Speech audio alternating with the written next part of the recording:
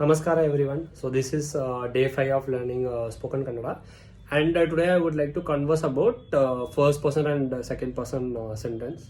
So let's start with first person sentence. ನಾನು ಊಟ ಮಾಡಿತೀನಿ ಮತ್ತು ಚಹಾ ಕುಡಿತೀನಿ. ನಾನು ಹೋಮ್ವರ್ಕ್ ಬರಿತೀನಿ ಮತ್ತು ಅದನ್ನು ನಿನಗೆ ಕಳುಹಿಸ್ತೀನಿ. ಸೊ ನಾವು ಸೆಕೆಂಡ್ ಪರ್ಸನ್ ಸಿಂಗುಲರ್. ಇವತ್ತು ನನ್ನ ಹುಟ್ಟು ಹಬ್ಬ, ಈ ಸಿಹಿ ತಗೋ. 2 ಪ್ಲೇಟ್ ದೋಸೆಗೆ ಎಷ್ಟು ರೂಪಾಯಿ ಕೇಳು. ನಾವು second person plural or respectful form. ನಮಸ್ಕಾರ ಅತ್ತೆ ಮಾವ, ಒಳಗೆ ಬನ್ನಿ, ದಯವಿಟ್ಟು ಕುತ್ಕೊಳ್ಳಿ ಮತ್ತು ಸ್ವಲ್ಪ ನೀರು ಕುಡಿಯಿರಿ. ಎಲ್ಲರೂ ನಿಂತ್ಕೊಳ್ಳಿ, ಈ ಹಾಡಿಗೆ ಕುಣಿಯಿರಿ. Thank you.